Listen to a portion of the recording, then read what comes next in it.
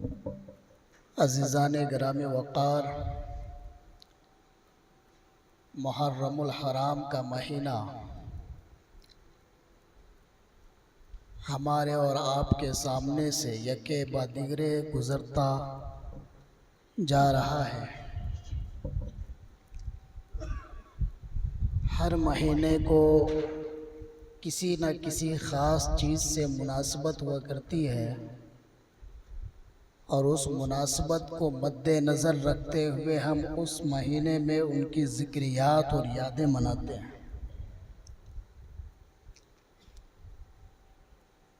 محرم الحرام کے مہینے کو ہم اور آپ اسے منسوب کرتے ہیں سیدنا امام حسین رضی اللہ تعالی عنہ و ارضاہ کی طرف،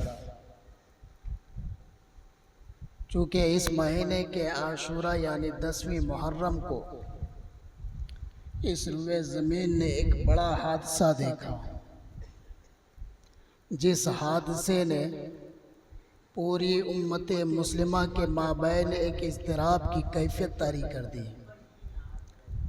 جس حادثے نے مسلمانوں کے اندر بے چینی لا کر کے رکھ دی۔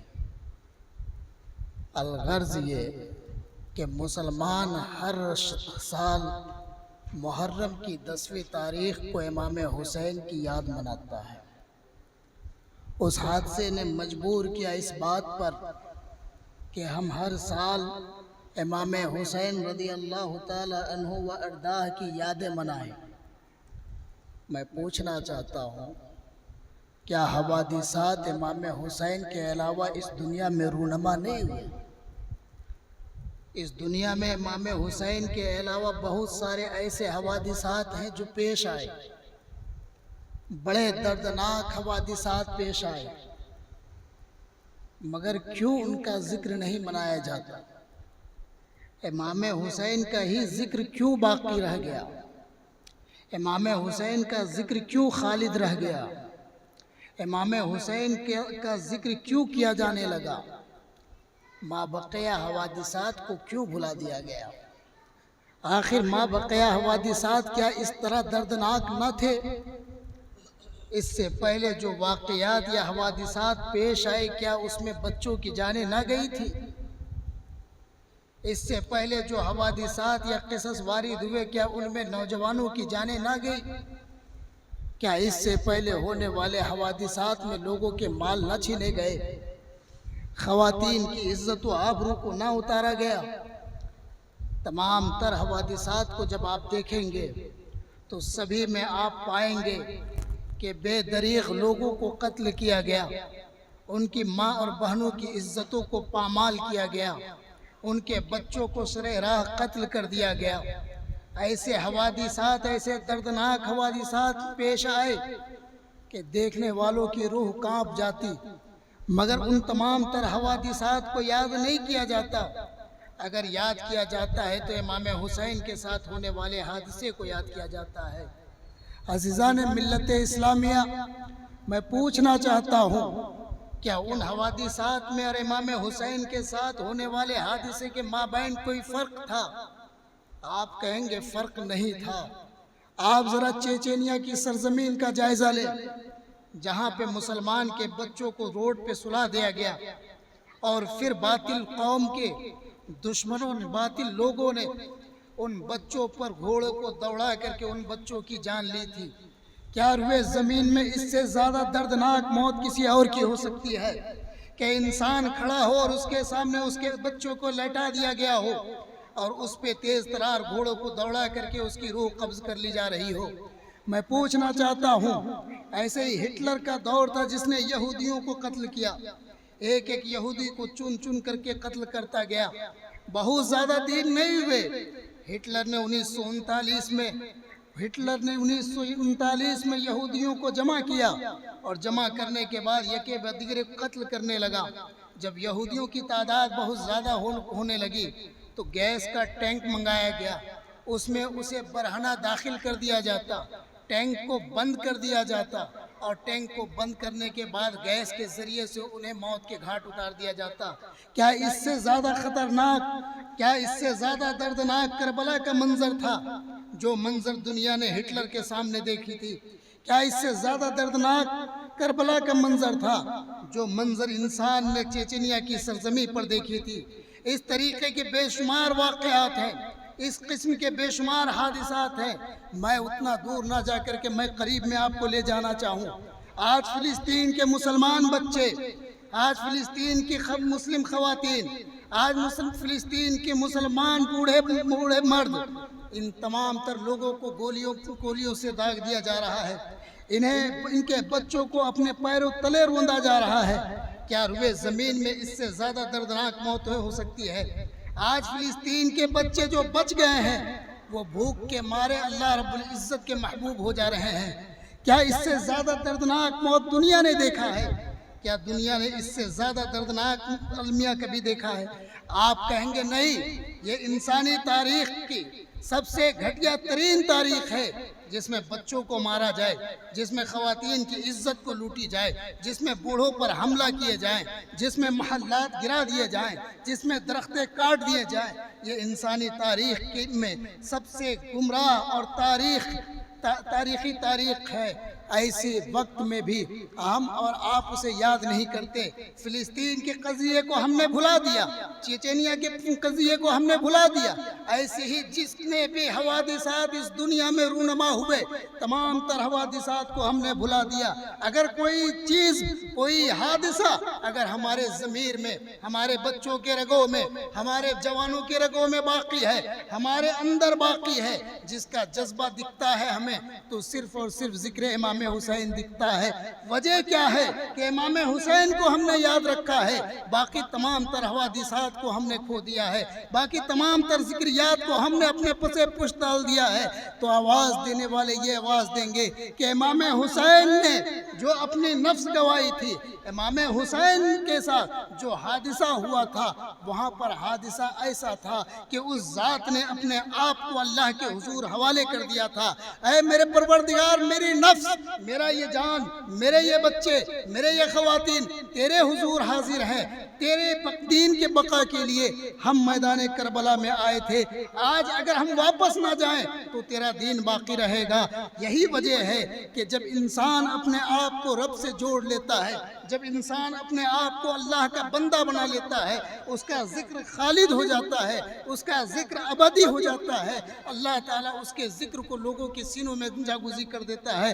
عزیزان ملت اسلامیہ، اس سیرت امام حسین سے ہمیں یہ سمجھ میں آتا ہے کہ اگر آپ کو خالد رہنا ہے، اگر آپ کو باقی رہنا ہے، اگر اس روئے زمین پر تذکرے کے طور پر زندہ رہنا ہے، تو آپ کو بھی اپنے آپ کو اللہ کے حضور حاضر کر دینا ہوگا۔ آپ کو بھی اپنے آپ کو اللہ کا مقرب بندہ بنا لینا ہوگا۔ اگر آپ نے اپنے آپ کو اللہ کا بندہ بنا لیا، آپ کو دنیا یاد کرے گی، آپ کی سیرت کو دنیا بیان کرے گی، آپ کے لہجات کو دنیا بیان کرے گی۔ عزیزان ملت اسلامیہ، سیدنا امام حسین رضی اللہ تعالیٰ عنہ ہمارے لیے قائد کی حیثیت ہیں، ان کی سیرت ہمارے لیے نمونہ عمل ہے، جیسے کہ رسول پاک علیہ الصلوۃ والتسلیم کی سیرت ہمارے لیے نمونہ عمل ہے، ایسے ہی سیدنا امام حسین رضی اللہ تعالیٰ عنہ کی سیرت بھی ہمارے لیے نمونہ عمل ہے۔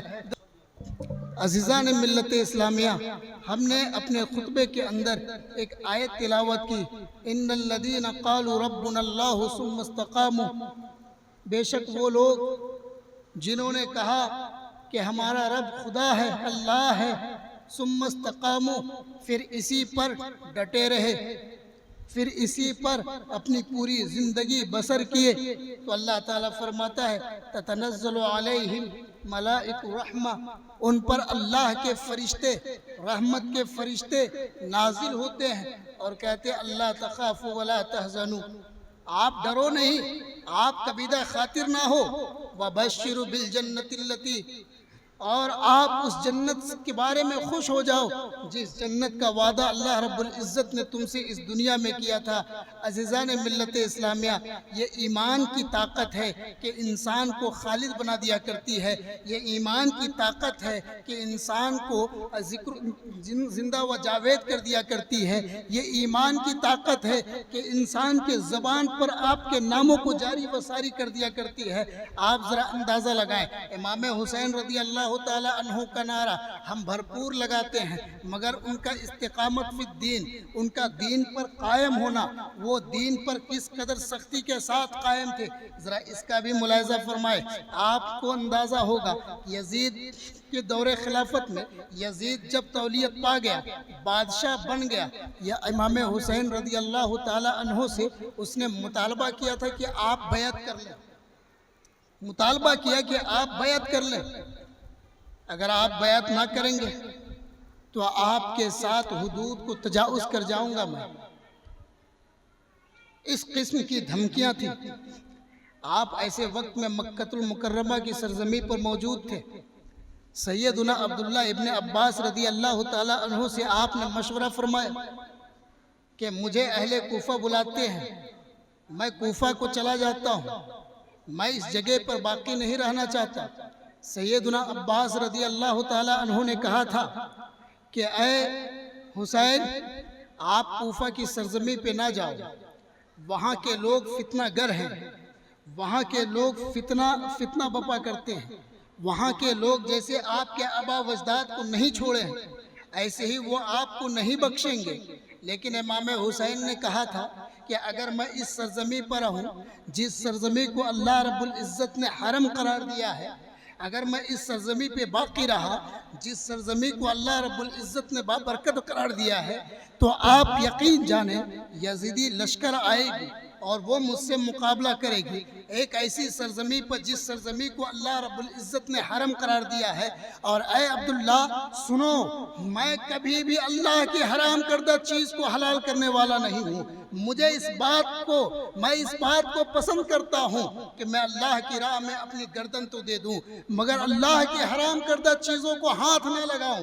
عزیزان ملت اسلامیہ، یہ سیرت امام حسین ہے۔ آج ہم اپنے گریباں میں جھانک کر دیکھیں، ہم نے کتنی محرمات چیزوں کو حلال کر دیا ہے، ہم نے کتنی محرمات چیزوں کو اپنے اندر جگہ دے دی ہے۔ آپ ذرا اندازہ لگائیں، اپنے گریباں کے اندر جھانکیں، جس شخصیت کے، جس ذات کے آپ غلام ہونے کا دعویٰ کرتے ہو، وہ قتل ہونا پسند کرتے ہیں، مگر کسی بھی حرام کردہ چیز کو حلال کرنا پسند نہیں کرتے ہیں۔ عزیزان ملت اسلامیہ، ہمیں سرکار امام حسین کی زندگی سے سیکھنے کی ضرورت ہے، ہمیں سرکار امام حسین کی سیرت کو اپنے اندر اپنانے کی ضرورت ہے، ہمیں سرکار امام حسین کے بارے میں بہت کچھ جاننے کی ضرورت ہے۔ ڈھول اور تاشوں سے ہماری زندگی نہیں سنورے گی، ڈھول اور تاشوں کے ذریعے سے ہم اپنے امام کو خوش نہ کر سکیں گے، ڈھول اور تاشوں کے ذریعے سے ہم اپنے امام کو ناراض کر سکیں گے، ڈھول اور تاشوں کے ذریعے سے ہم اپنے آپ میں خوشی محسوس کر سکیں گے، مگر جس کا ذکر اس کے ساتھ متصف ہے، جس کا ذکر اس کے ساتھ ملا ہوا ہے، اس ذات کو سوائے اذیت پہنچانے کے ہم کوئی اور دوسرا کام نہیں کر سکتے۔ عزیزان گرامی وقار، میں نے ایک نظیر آپ کے سامنے پیش کی کہ ایک امام حسین نے کہا کہ مجھے محبوب ہے یہ بات کہ میں قتل کر دیا جاؤں اللہ کی راہ میں، اس سے کہ اللہ کی حرام کردہ چیز کو میں ہاتھ لگاؤں۔ عزیزان ملت اسلامیہ، ذرا آپ ان کی زندگی کا اور جائزہ لیں تو آپ پائیں گے کتب تاریخ کے اندر کہ امام حسین رضی اللہ تعالیٰ عنہ سیرت شریعت مطہرہ کے کس قدر پابند تھے۔ آپ دیکھیں گے امام ذہبی وغیرہ نے لکھی ہے اپنی کتاب کے اندر کہ آپ نے 25 حج فرمایا، وہ بھی پیدل۔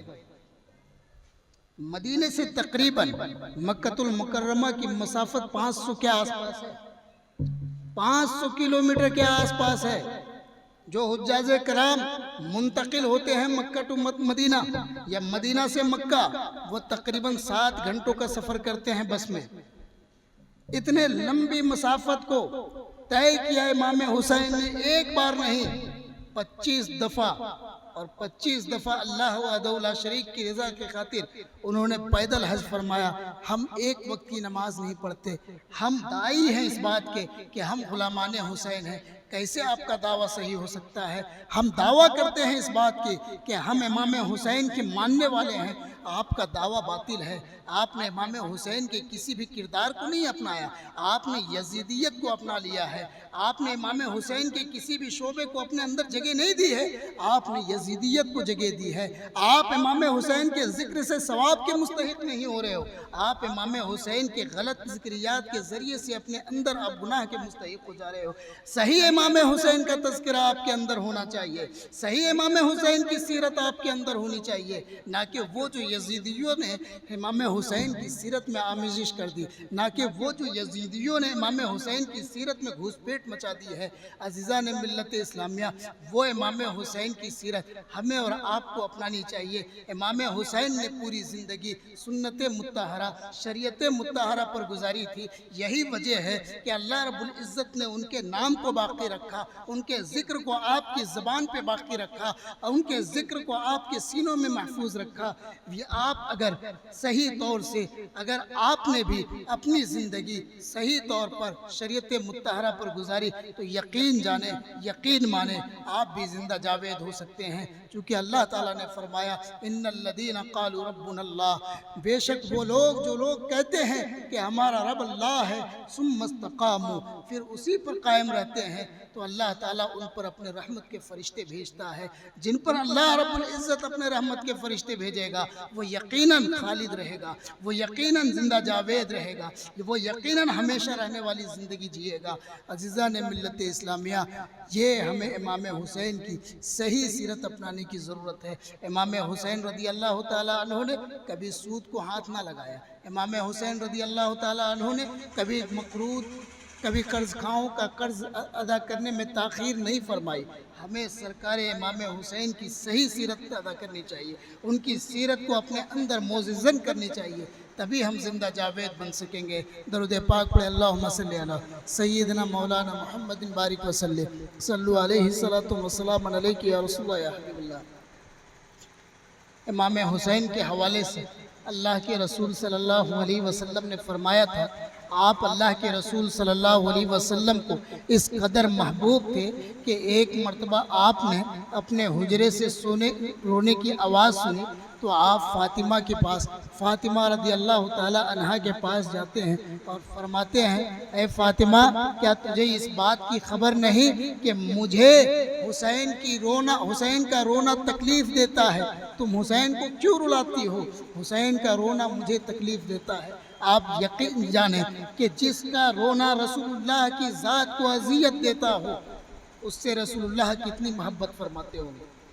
رسول اللہ کسی ذات سے محبت نہیں کرتے، مگر وہ دین کے مقصد میں محبت کرتے ہیں، مگر وہ دینی محبت کرتے ہیں، چونکہ یہ جو ان کا بچہ جو ہمارا امام حسین کے نام سے موسوم ہے، اس نے دین کا پرچم لہرایا تھا۔ ایک ایسے وقت میں جب محرمات کو حلال کرنے کی کوشش کی جا رہی تھی، اس وقت اگر ڈٹ کر کوئی کھڑا تھا تو وہ امام حسین کی ذات تھی۔ عزیزان ملت اسلامیہ، انہی کی زندگی سے ہمیں بہت کچھ سیکھنے کی ضرورت ہے اور اپنانے کی ضرورت ہے۔ ہم امید کرتے ہیں کہ آپ خرافات سے بچیں گے، امام حسین کے صحیح طریقے پر آپ چلیں گے، ان کی زندگی کو اپنا نمونہ عمل بنائیں گے اور نجات کے لیے ان کو مشعل راہ بنائیں گے۔ وآخر دعوانا الحمدللہ رب العالمین۔